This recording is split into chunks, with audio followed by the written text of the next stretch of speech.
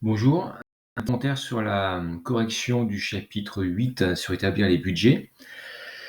Alors, ici, préparation du budget, donc, de quelles prévisions essentielles devez-vous disposer? Donc il s'agit ici, essentiellement de la prévision des ventes, parce qu'en fait, tout démarre des ventes. On va établir donc une prévision des ventes, donc quel sera mon chiffre d'affaires pour l'année ou les mois suivants, qui viennent, et donc ces ventes vont permettre de déterminer, les achats qui vont avec, parce que plus je vends, plus j'ai besoin d'acheter, plus j'ai de charges et moins je vends, moins j'ai d'achats, moins j'ai de charges.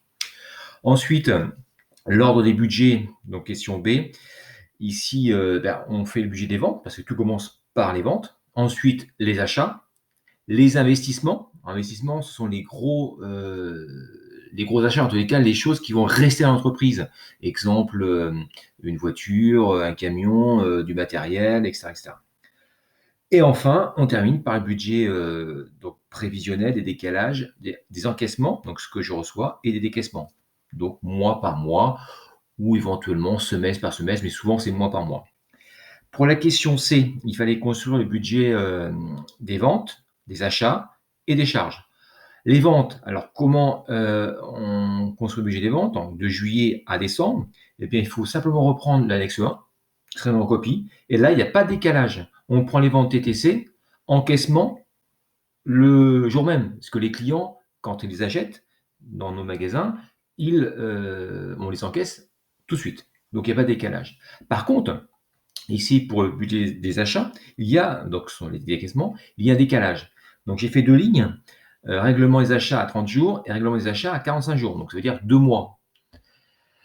Pour l'exemple, les achats du mois d'août, 22 800 qui figure dans l'annexe numéro 2. Les 22 800, attention, c'est un montant hors taxe, donc il faut le monter en TTC parce qu'on va acheter avec la TVA.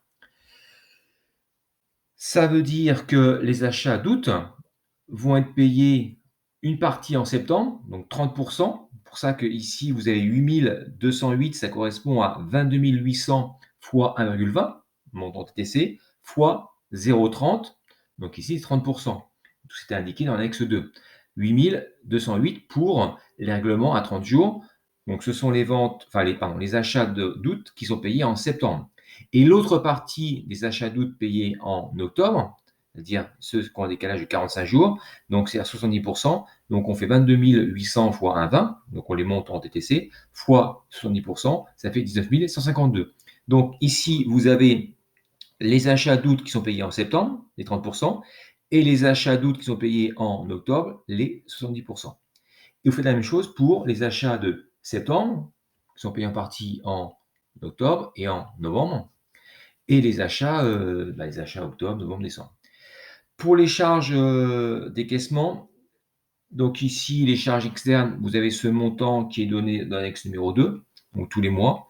Les salaires, à partir de septembre, ici, donc c'est le montant qui est donné. Les charges sociales avec un décalage d'un mois à chaque fois. Donc voilà pour le budget des ventes, achats et des autres charges. Je vais en terminer là, je vais faire une deuxième vidéo pour la suite de mon budget trésorerie.